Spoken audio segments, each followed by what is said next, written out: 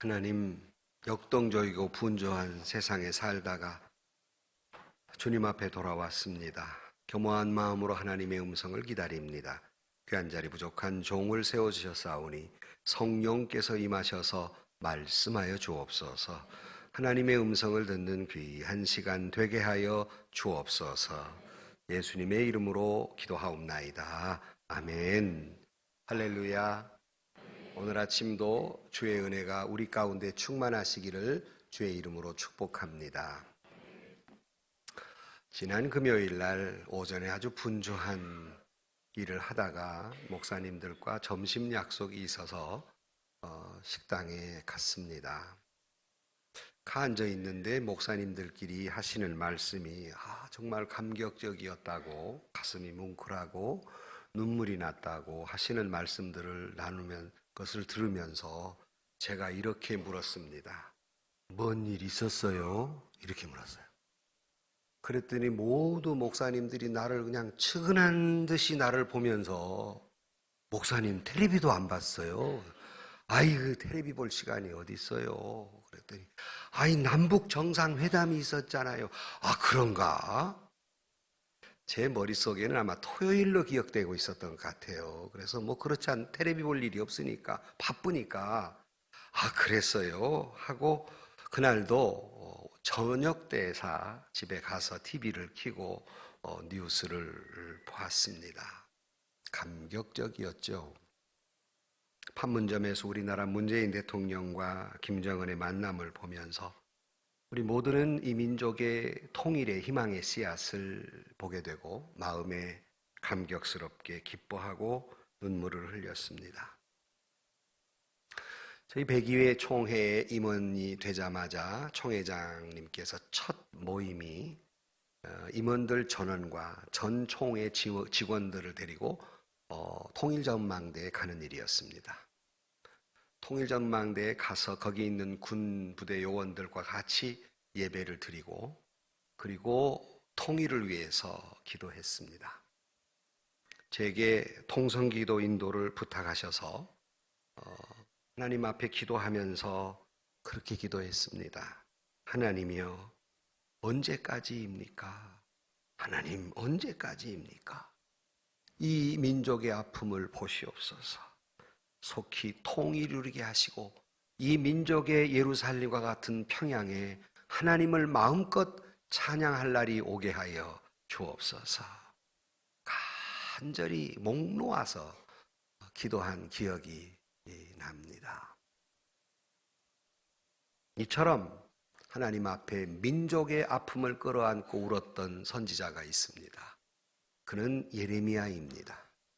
예레미야는 항상 눈물로 살았기 때문에 오늘 본문 읽은 예레미야도 있지만 예레미야 애가 눈물의 노래가 있습니다. 오늘 3장 49절 말씀에 보면 내 눈에 흐르는 눈물이 그치지 아니하고 쉬지 아니하며 그랬어요. 늘 울고 살았어요. 우리처럼 뭘 먹을까 뭘 마실까 안 돼서 우는 게 아니라 민족의 아픔을 끌어안고 통곡한 사람입니다. 예레미야가 이렇게 통곡한 이유는 이미 남북이 우리나라처럼 이미 남북이 갈리워졌고 그리고 북쪽의 이스라엘은 벌써 망해버렸습니다. 이제 남쪽 유다마저도 하나님 앞에 돌아오지 않으면 망할 것이라고, 망한다고 예레미야가 눈물로 호소했지만 사람들은 들으려 하지 않았습니다. 하나님께 돌아오지 못하고 멸망길로 걸어가서 결국 가서 그들이 망하게 됩니다. 예루살렘에 수많은 사람들이 살해를 당하고 그리고 수많은 사람들이 짓밟히는 당하고 성은 무너지고 땅은 황폐하게 되었으며 사람들은 포로로 끌려가 무려 70년간 노예 생활을 할 수밖에 없는 이 처절한 모습을 보면서 동족들의 말할 수 없는 고통을 보면서 그는 울고 또 울고 또 울었습니다. 오늘 본문에 더 가슴 아픈 것은 1절부터 쭉 내용이 얼마나 답답한 상황인가를 이야기하면서 그가 18절에 보면 내가 부르짖어 도움을 구하나 내 기도를 물리치시며, 그가 하나님 앞에 기도했지만 하나님마저도 그의 기도를 들어주시지 아니하니 이제 소망이 끊어졌습니다. 그래서 18절 말씀에 스스로 이르기를 나의 힘과 여호와께 대한 소망이 끊어졌다 하였도다. 내 고초와 재난 곧 쑥과 담즙을 기억하옵소서. 내 마음이 그것을 기억하고 내가 낙심되오나. 소망이 끊어져 버렸어요. 이 쑥과 담즙처럼 쓰디쓴 고통을 겪고 있는 순간, 혹독한 시련의 순간, 그가 눈물로 기도하고 있습니다. 소망이 다 끊어졌습니다. 그러나 그가 이렇게 기도하는 순간 한 가닥 희망을 발견하게 됩니다. 그리고 그는 희망을 꽉 잡게 되죠.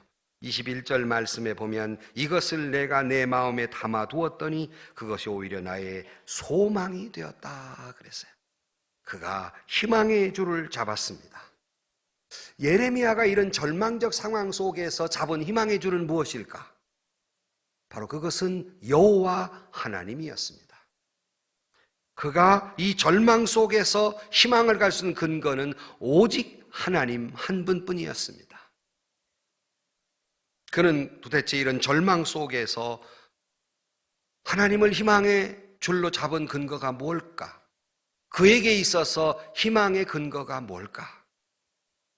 우리는 남북 정상의 만남을 보면서 우리는 한 가닥 희망을 보지만 우리의 진정한 소망, 우리의 진정한 소망은, 희망은 무엇을 가지고 소망을 삼을까? 그는 여호와 하나님이라고 말했듯이 오늘 우리에게도 모든 것을 주관하시고 역사하시는 오직 여호와 하나님, 그 하나님께 우리의 희망의 근거가 있는 줄로 믿습니다. 우리 개인의 희망도, 이 민족의 희망도, 인류 사회의 희망도 오직 하나님 한 분, 그에게 희망이 있는 줄로 믿습니다. 불확실 시대에 믿을 만한 게 아무것도 없어요. 다 확실한 게 없습니다. 목숨을 걸고 사랑한 여인도 헤어질 수밖에 없고 그 어떤 믿을 만한 것 아무것도 없습니다. 그러나 뭔가는 우리가 붙들고 살아야 하지 않겠습니까? 그런데 우리가 유일하게 영원히 변치 않는 붙들어야 할 것, 그것은 여호와 하나님이신 줄로 믿습니다. 그러면 예레미야는 어떤 근거로 해서 하나님을 희망의 근거로 삼고 있는 것일까? 본문을 통해서 하나님이 우리에게 들려준 음성을 듣고 우리 자신과 교회와 우리 한국교회와 이 민족이 희망을 갖게 되기를 주의 이름으로 축복합니다. 그 첫 번째는 오늘 본문을 통해 말씀을 보면 하나님은 이런 절망적 상황 속에서 여전히 그의 자비와 긍휼로 우리를 돌보고 계심을 믿었기에 그는 희망을 가질 수 있었던 것입니다.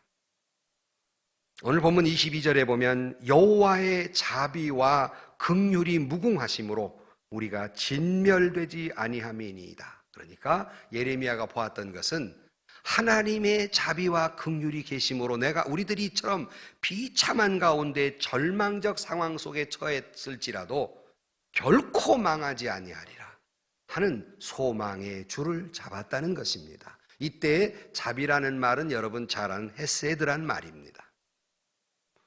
초월하신 하나님, 그럼에도 불구하고의 하나님의 사랑과 자비가 있기에, 이 초월적 사랑이 있기에 오직 하나님께만 소망을 갖게 되었다는 것입니다. 만약에 하나님의 사랑이 이 초월적 사랑이 아니라 조건적 사랑이었다면 결코 우리에게는 희망이 있을 수 없습니다.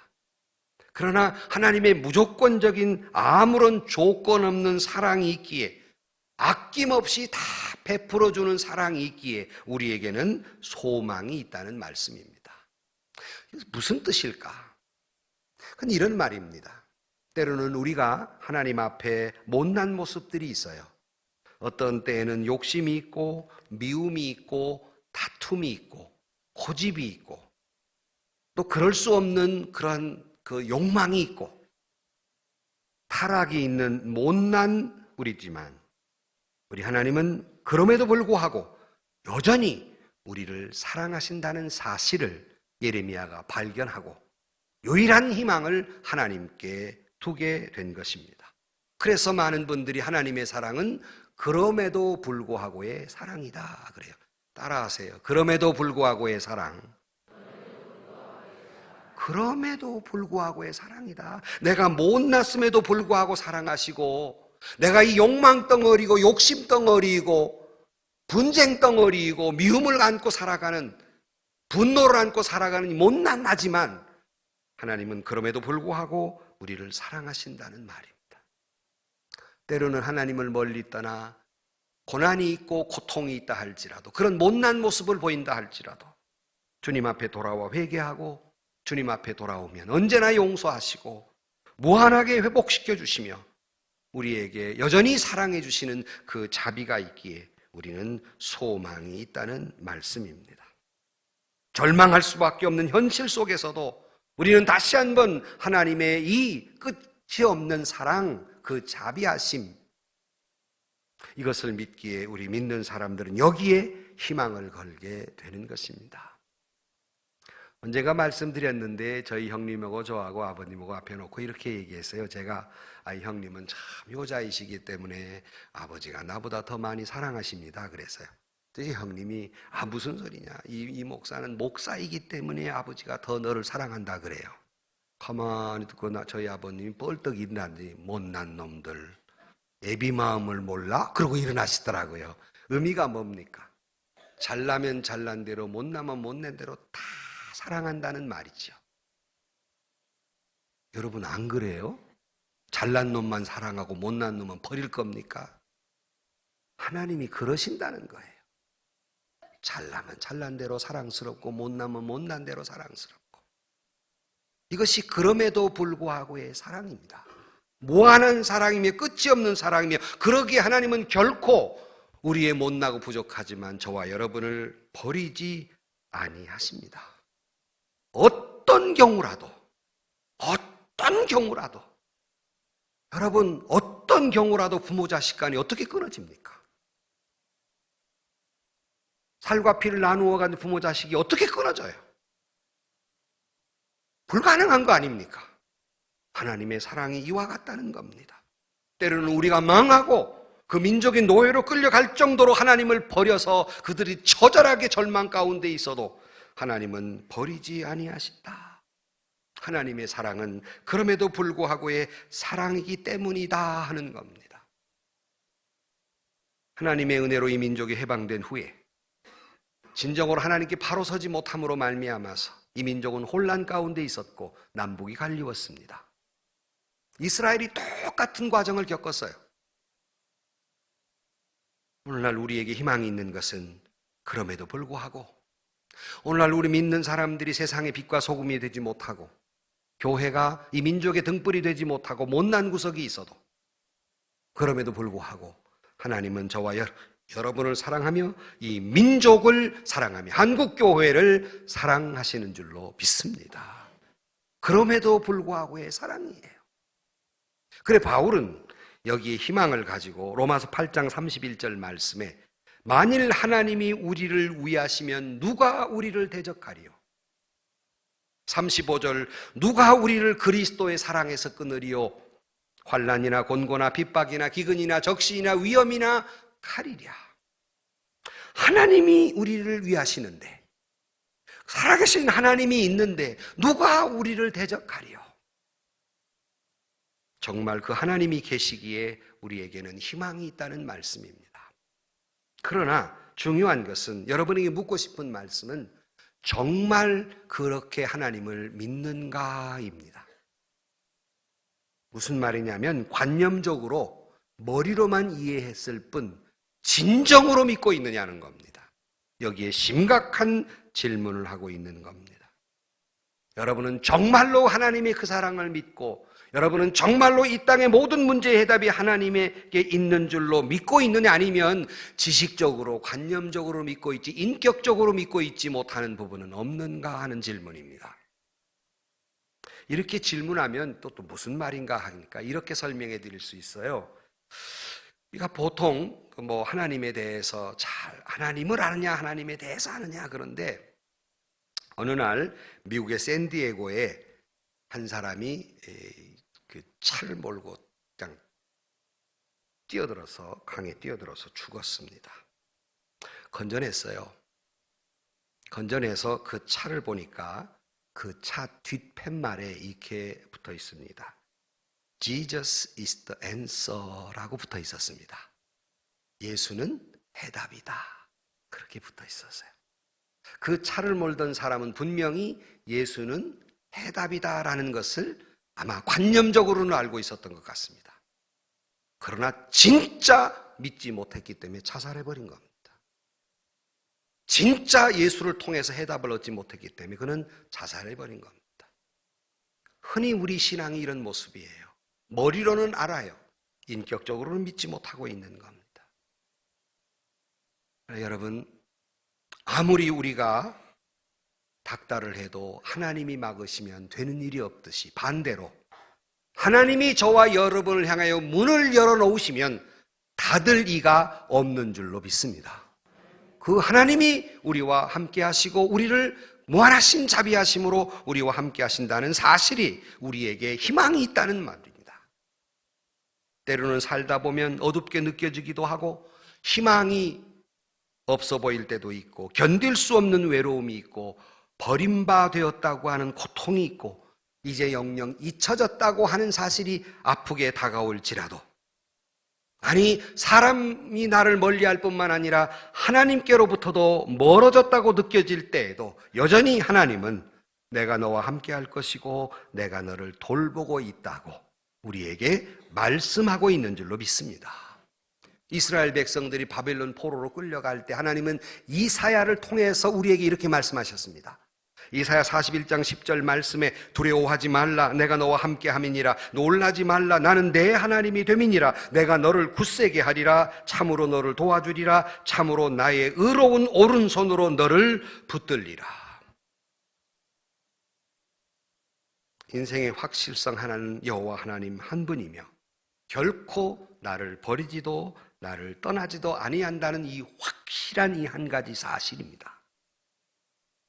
내가 혼자라고 느껴지고 내가 외롭다고 느껴지고 내게 더 이상 희망이 없고 가망이 없다고 느껴질 때에도 하나님은 여전히 저와 여러분을 자비하심으로 사랑하시며 그럼에도 불구하고 우리를 사랑하시며 우리와 함께 하시며 우리를 돌보아 주시는 줄로 믿습니다. 그러기에 우리에게는 현재도 희망이 있고 미래에도 희망이 있는 겁니다. 사랑하는 성도 여러분, 하나님이 우리를 사랑하시면 아무도 그것을 멈추게 할 수 없습니다. 하나님이 우리의 손을 잡으시면 아무도 그 손을 놓치게 할 수 없습니다. 이 하나님의 이 무궁한 자비하심과 사랑이 우리에게 희망의 근거가 된다는 말씀입니다. 우리가 죄인임에도 불구하고 하나님은 우리를 사랑하시며 우리가 실수하고 넘어져도 하나님은 우리를 사랑하시며 하나님은 여전히 오늘 또 우리를 버리지 아니하시기에 그와 같이 자비하신 하나님이 우리를 돌보아 주시기에 오늘 저와 여러분이 개인적으로 희망이 있고 우리 교회와 한국교회에 그럼에도 불구하고 희망이 있으며 이 민족에 희망이 있는 줄로 믿습니다. 신락 같은 희망을 가지고 있지만 우리는 하나님이 계시기에 이 민족에게 커다란 희망을 갖게 된 줄로 믿습니다. 그러므로 희망은 있습니다. 모든 유정자들의 마음을 움직이시고 역사하신 하나님이 계시기에 이 민족에 희망이 있다 하는 말씀입니다. 두 번째, 예레미야가 희망을 가졌던 것은 조금 전에 자비와 긍휼이라는 말을 쓰고 있습니다. 비슷한 말이지만 자비를 헤세드라고 말하면 긍휼이라고 하는 원어로 라함이란 말은 mercy, 불쌍히 여기다예요.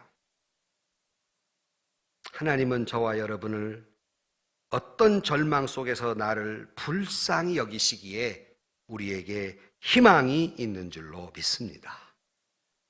아무리 믿음이 좋은 사람도요, 신앙생활 하다 보면 어떤 때는 절망의 순간이 있어요. 그래서 시편 기자가 시편 77편 9절 말씀에 이렇게 표현합니다. 하나님이 그가 베푸실 은혜를 잊으셨는가? 노하심으로 그가 베푸실 긍휼을 그치셨는가? 너무 괴롭단 말이에요. 시편 기자는. 그래, 하나님이 내게 베풀 은혜를 잊어버리셨는가? 아니면 너무 내게 진노해서 하나님이 내게 베풀 긍휼하심을 그쳐버리셨는가? 이런 절망의 순간은 누구나 다 있는 거예요. 그럼에도 불구하고 하나님이 저와 여러분을 긍휼히 여기시기 때문에 우리에게는 희망이 있는 줄로 믿습니다. 긍휼이란 저주받을 수 없는 상황 속에서도 그 저주를 중단하시고 불쌍히 여기시는 우리 주님의 마음, 매는 사랑의 채찍입니다. 하나님의 본의는 언제나 우리를 불쌍히 여기심이에요. 그래서 오늘 본문 22절 이하에 그가 비록 근심하게 하나 그의 풍부한 인자심에 따라 긍휼히 여기실 것이라. 주께서 인생으로 고생하게 하시며 근심하게 하심은 본심이 아니라. 여러분, 오늘 우리가 고난당하고 어려움 당하는 건 하나님의 본심이 아닌 줄로 믿습니다. 하나님의 마음은 호세아 11장 8절 말씀에 이렇게 표현되고 있습니다. 에브라임이여 내가 어찌 너를 놓겠느냐? 이스라엘은 내가 어찌 너를 버리겠느냐? 내가 어찌 아드마같이 놓겠느냐? 어찌 너를 스보임같이 두겠느냐? 내 마음이 내 속에서 돌이키어 나의 긍휼이 불붙는 듯 하도다. 비록 하나님을 멀리 떠나 그들이 고통하고 있지만 하나님의 마음은 그들을 향한 불쌍히 여기심이 불붙는 것 같다고 말씀하고 있습니다. 마치 자녀가 고통스러울 때 그 애미의 마음이, 그 불붙는 것 같은 그 애미의 마음이 오죽하겠습니까? 최근에 월드비전의 PD들이 오셔서 제게 아프리카나 동남아 가서 그 왜 텔레비에 가끔 그렇게 막 그 안고 울고 하는 장면들 나오잖아요. 애들 그걸 찍자는 거예요. 제가 난 못 찍는다고. 왜 그러십니까, 목사님? 아니, 내가 텔레비에 요즘 보면 애들 그저 뭐 이 아이는 어떻게 돼서 부모를 잃었습니다. 뭐 영양실조 걸려, 이거 보면 내가 눈 뜨고 볼 수 없어서 그냥 돌려버립니다. 1초도 안 걸려 돌려버립니다. 요즘은 또 애가 또 막 여기다 뭐 쓰고 막 주사를 여기다 맞더만. 못 봐. 나는 돌려버리는데 내가 그걸 어떻게 찍습니까? 그랬더니 그분이 하는 말이 그거 다 하나님의 마음이라 그렇습니다. 그래요. 그게 다 하나님의 마음입니다. 저는 그분의 말을 듣고 은혜를 받았어요. 하나님이 그처럼 우리를 불쌍히 여기시는구나. 눈 뜨고 볼 수 없을 정도로 그렇게 불쌍히 여기시는구나. 제가 승낙했단 말이에요. 할 수 없이 하나님이 우리를 그렇게 사랑하시는구나. 사랑하는 성도 여러분, 주님은 우리를 향한 긍휼이 불붙는 것 같다고 말씀합니다. 우리가 고통받을 때 하나님은 그것이 본심이 아니고 하나님이 원하시는 것이 아니며 하나님 우리를 향해 무한한 그 긍휼하심이 있기에 우리가 당하는 어떤 상처나 아픔보다 하나님이 긍휼하심은 더 크시며 우리의 어떤 무겁고 큰 죄보다 하나님의 긍휼하심은 크시기에 내 상처와 아픔과 내면적 고독과 고통에서 우리를 회복시켜 주시고 해방시켜 주실 줄로 믿습니다. 하나님의 긍휼이 있기에 오늘의 저주는 미래의 축복이 될 줄로 믿습니다. 우리 개인이 그렇고 한국교회가 그렇고 하나님이 이 민족을 긍휼히 여기시기에 오늘의 아픔이 있다 할지라도 오늘의 이 저주스러운 남북의 분단과 아픔의 고통이 있다 할지라도 언젠가는 이 민족에 하나님이 축복으로 바꾸어 주실 줄로 믿습니다. 그러기에 하나님의 우리를 불쌍히 여기시는 긍휼이 있기에 희망은 있습니다. 오늘 또 우리 하나님의 그 긍휼의 은혜에 기대어 사는 우리가 되고 우리 한국 교회가 되며 이 민족이 되기를 주의 이름으로 축원합니다. 여기에 근거 예레미야는 희망의 줄을 잡은 거예요. 끝으로 한 가지 더 말씀을 드리면 예레미야는 이 고통 속에서도 하나님의 그 섭리와 계획은 계속 진행형이기 때문에 희망이 있다는 겁니다. 무슨 말이냐면 우리가 때로는 고통을 당하면 하나님의 뜻은 다 했는가? 하나님이 나를 떠나서 이제 하나님의 뜻은 내 안에 이루어지지 않고 있는가라고 생각하기에 예레미야 깨달은 것은 나는 비록 이런 절망 가운데 있지만 여전히 내 안에 이 고통 속에서도 하나님의 그 진행하시는 은혜의 강물은 여전히 흐르고 있고 원대한 하나님의 꿈은 나를 통해서 이루어져 가고 있음을 믿기에 우리에게 희망이 있는 줄로 믿습니다. 그래 우리가 찬송 부르잖아요. 온 세상 날 버려도 주 예수 안 버려 끝까지 나를 돌아보시니 주는 저 산 밑에 백합 빛나는 새벽별 이 땅 위에 비길 것이 없도다. 아멘. 온 세상 날 버려도 주 예수 안 버려 나를 돌아보시니. 여러분, 온 세상 날 버려도 결코 하나님은 그 약속은 신실하신 분이시기에 예레미야는 결코 절망하지 않았습니다.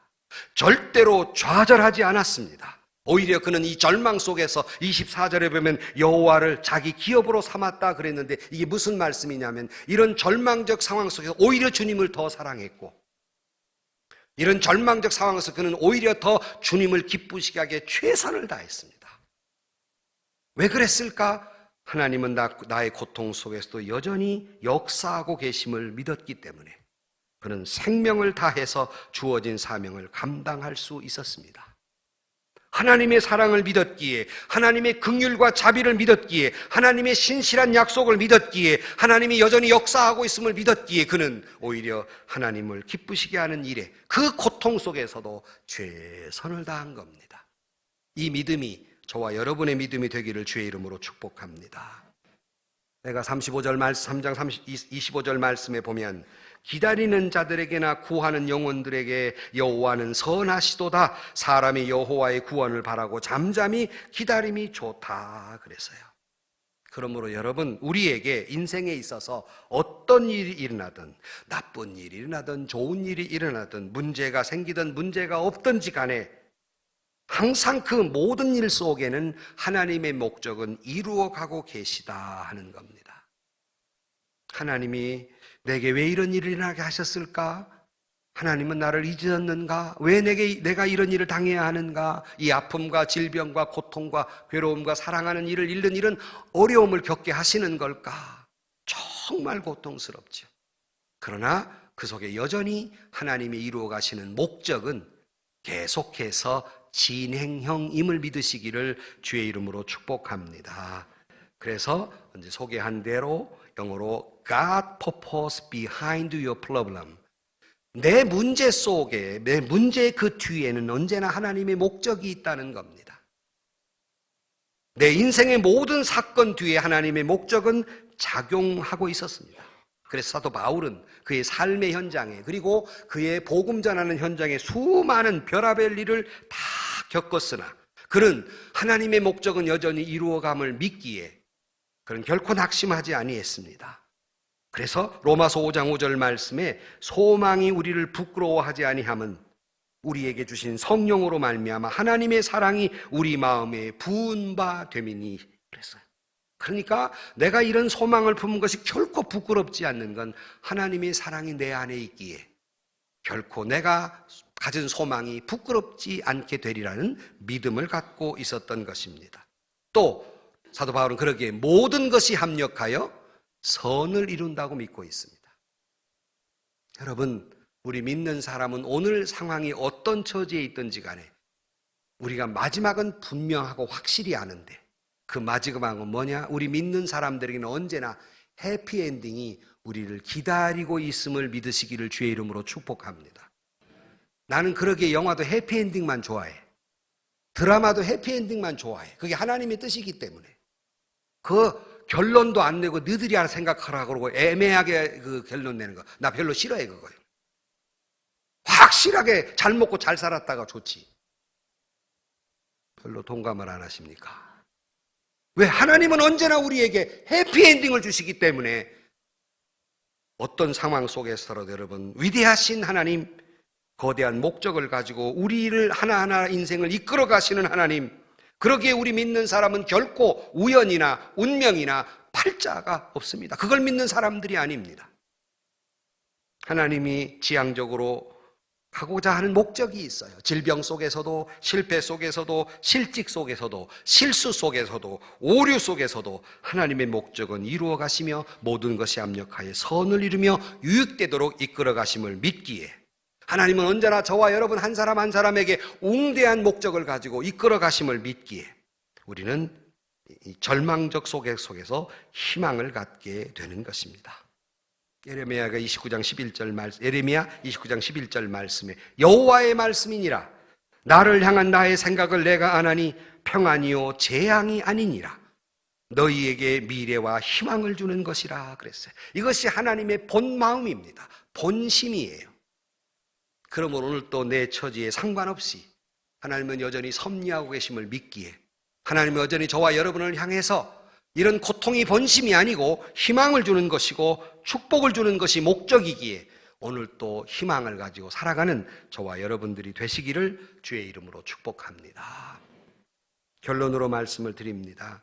그래서 조금 전에 소개해드린 말씀 다시 보면 33절에 주께서 인생으로 고생하게 하시며 근심하게 하심은 본심이 아니라 그랬고, 이런 기도 속에 다다른 예레미야는 눈물을 훔치며 희망을 갖게 됩니다. 48절 딸 내 백성의 파멸로 말미암아 내 눈에서 눈물이 시내처럼 흐르는도다. 눈물이 시내 물처럼 흘러내릴 때 그럼에도 불구하고 이 눈물을 훔쳐가며 희망을 갖는 것은 오늘 보면 55절 말씀에 여호와여 내가 심히 깊은 구덩이에서 주의 이름을 불렀나이다. 주께서 이미 나의 음성을 들으셨사오니 이제 나의 탄식과 부르짖음에 주의 귀를 가리지 마옵소서. 내가 주께 아랫날에 주께서 내게 가까이하여 이르시되 두려워 말라 하셨나이다. 주여 주께서 내 심령의 원통함을 풀어주셨고 내 생명을 속량하셨나이다. 여호와여 나의 억울함을 보셨사오니 나를 위하여 원통함을 풀어 주옵소서. 하나님은 하나님께 희망을 두고 그 자비와 그 긍휼과 그 섭리하심의 희망을 두는 우리에게, 여러분 각 개인에게, 우리 교회, 한국 기독교회, 이 민족에게 원통함과 그 슬픔을 풀어 주실 줄로 믿습니다. 여기에 우리는 하루하루 희망을 갖게 되고 소풍을 간 아이처럼 설레는 마음으로 하루하루를 살아갈 수 있게 되는 것입니다. 소풍을 간 아이처럼이란 말은 유명한 일화입니다. 여러분, 북한에 소떼를 몰고 왔던 정주영 회장이 한 말이에요. 그런 이런 말을 했습니다. 나는 날마다 회사를 출근할 때 소풍 가는 기분으로 나갑니다. 일하러 나가는 것이 아니라 소풍 가는 날처럼 즐거운 마음으로 희망을 갖고 오늘 할 일을 그려봅니다. 그랬어요. 그랬더니 누가 물었습니다. 그 회장님, 골치 아픈 일이 생겼을 때 어떻게 아침에 그렇게 소풍 가는 마음으로 갈 수 있겠습니까? 골치 아픈 일이 지금 있는데. 그가 대답합니다. 골치 아픈 일이 내게 있을지라도 나는 해결됐을 때를 생각하고 기쁨을 가지고 하루를 시작합니다. 감동을 좀 해봐요. 좀. 우리는 비록 내가 어떤 어려움이 있다 할지라도 하나님이 나에게 이 모든 고통과 아픔에서 해방시켜 주실 것이고 내게 축복 주실 줄로 믿고 소풍 가는 마음으로 매일매일을 살아가는, 언제나 기대를 가지고 희망을 갖고 살아가는 그런 저와 여러분들이 되기를 주의 이름으로 축복합니다. 어떤 절망 가운데 있어도 말입니다. 어떤 아픔 가운데 있어도 말입니다. 우리 모두가 그렇게 함으로 말미암아서 우리 모든 개인에게 희망을 갖게 되고 우리 교회가 희망을 갖고 비록 이 민족의 등불의 역할을 제대로 감당하지 못해서 비틀거리는 이 한국 기독교에도 그 이 민족에게도 하나님의 그 자비와 그 긍휼과 그 섭리하심이 있기에 희망이 있는 줄로 믿습니다. 오늘 또 내일 또 희망의 사람으로 살아가는 저와 여러분들이 되시기를 주의 이름으로 축복합니다. 기도하십시다. 하나님, 남북 정상회담을 보면서 하나님의 섭리하심과 희망을 신락같이 보게 됩니다. 주님이 이 민족을 불쌍히 여기시는 긍휼하심이 있고 자비하심이 있고 섭리하심이 있기에 우리에게 희망이 있는 줄로 믿습니다. 우리 개인도 우리 교회도 한국 기독교도 주님의 그 은혜가 있기에 다시 한번 희망을 걸고 날마다 기쁨으로 새날을 시작하는 저희 모두가 되게 하여 주옵소서. 예수님의 이름으로 기도하옵나이다. 아멘. 나의 영혼이 잠잠히 1절만 부르겠습니다.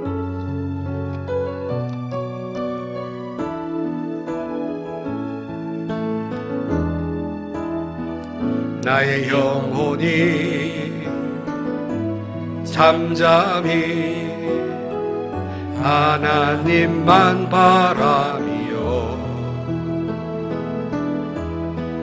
나의 구원이 그에게서 나는도다. 나의 영혼아 잠잠히 하나님만 바라라. 나의 소망이 저에게서 나는도다. 오직 주만이 나의 반석 나의 구원이시니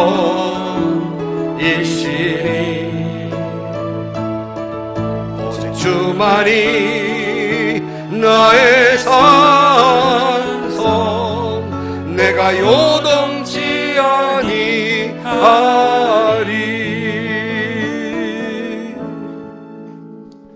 평화 하나님의 평강이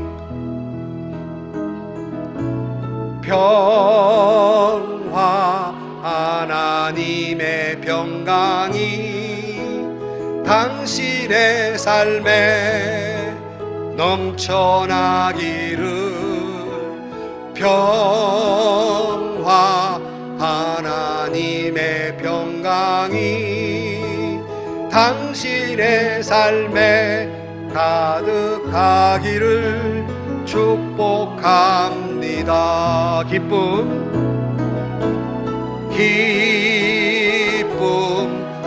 하나님의 기쁨이 당신을 향해 넘쳐나기를. 기쁨 하나님의 기쁨이 당신의 삶에 가득하기를 축복합니다. 먼저 치유 기도를 드리겠습니다. 몸이 아픈 분들은 아픈 부위에 손을 얹고 여러분 가슴에 손을 기도하겠습니다. 우리의 연약을 아시고 우리가 깨지기 쉬운 진토임을 아신 우리를 창조하신 하나님, 우리의 연약한 부분에 손을 얹고 기도하오니 창조주 하나님의 손으로 안수하여 주옵소서. 어루만져 주옵소서. 주님의 사랑과 긍휼과 능력의 손으로 안수하여 주옵소서. 치료하여 주옵소서. 악하고 더러운 질병은 물러갈지어다. 몸은 회복될지어다. 아직도 우리 안에 남아있는 불신앙과 시기와 질투와 미움과 음란과 악독과 분노와 마음의 상처와 여러가지 중독됨과 이 모든 악한 것들도 물러갈지어다. 주님의 보혈로 적셔주시사 우리의 몸과 영을 정결케 하여 주옵소서. 지금은 우리를 구원해 주신 우리 구주 예수 그리스도의 은혜와 하나님 아버지의 극진하신 사랑과 성령님의 감화감동 교통하심의 역사가 오직 하나님만이 희망입니다. 이렇게 고백하며 희망을 거는 사랑하는 모든 성도들 머리 위에와 우리가 사랑하는 대한민국 조국과 북한 땅의 동포들과 복음을 가는 선교사님들과 우리 교회 협력한 기관과 교회들 머리 위에 지금부터 영원토록 함께 계시기를 축원하옵나이다. 아멘.